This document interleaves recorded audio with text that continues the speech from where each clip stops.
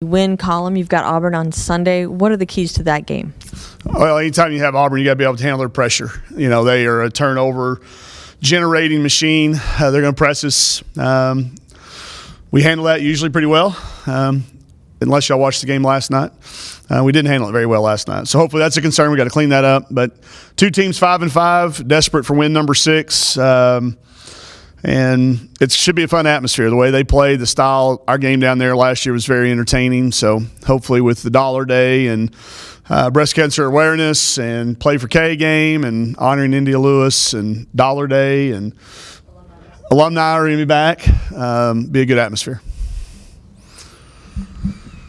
So what specifically went wrong last night? It'd be easier to talk about what went right. The list is long. It was long, and it was from the get-go, you know. And Coach Schaefer and I were visiting on the plane on the way home. We've been due one of those. We've all been kind of sitting around waiting for when was it going to happen that we don't play well on a night, and it happened. And it snowballed, and it got out of hand in a hurry. And, you know, for a half, it was as bad as we've been.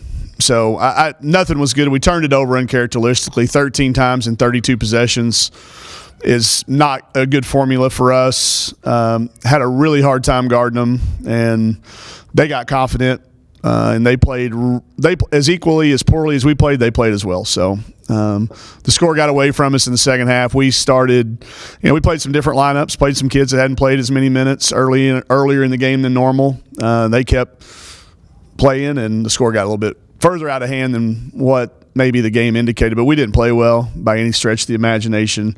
But I did think we came out of halftime, had a good third quarter, pressured them a little bit, won the third quarter, but we're just such a deep hole to try to come out from. There was not much of a chance in the fourth quarter.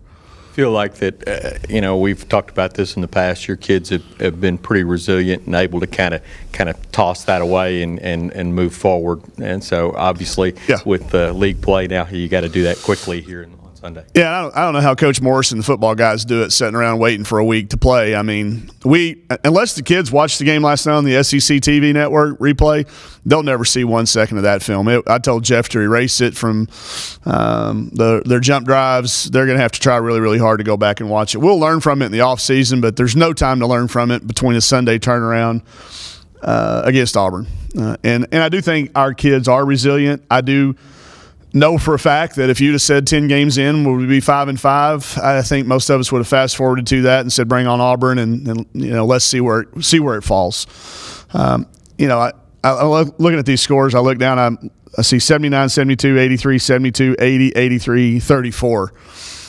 It's just an anomaly, I think. We'll find out today.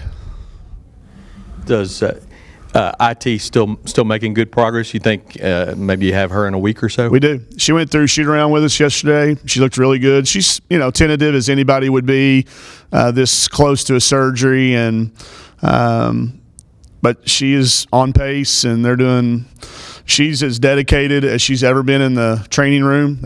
She'll be the first one to tell you that wasn't an area of her strong suits, and she's really become dedicated to that. She wants to get back to play. And I think she sees it. We need her. I think we initially got a little shot of adrenaline for Mal that she played with a lot of confidence of not having to come out, but I think now she's a little bit more fatigued. So I think IT seeing that. I think all of our kids know how important she is to our success. So I know she's working incredibly hard to get back and get ready. I was just going to ask more questions. Yeah. Auburn. Go. What are they doing well right now? Well, they're pretty balanced. They've got an all-conference kid in McKay, but then they're getting really good supporting roles from their other perimeter players.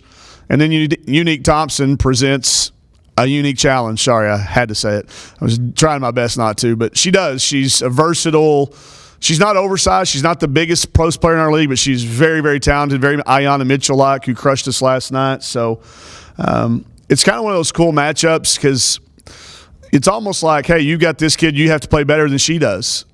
They're so equally matched. If you look at the way they play and the way we play, it's going to be a matter of kind of which players become the better team for the closest to 40 minutes as we can become. It's up tempo. There'll be a lot of possessions. and hopefully a good atmosphere on a Sunday. But they play fast, play incredibly hard together. They're kind of known for their defense. Really thrive on steals. They try to physically take it from you, not necessarily just turn you over, make you throw it out of bounds, but they try to steal it from you and go lay it in. All right. Thanks, y'all.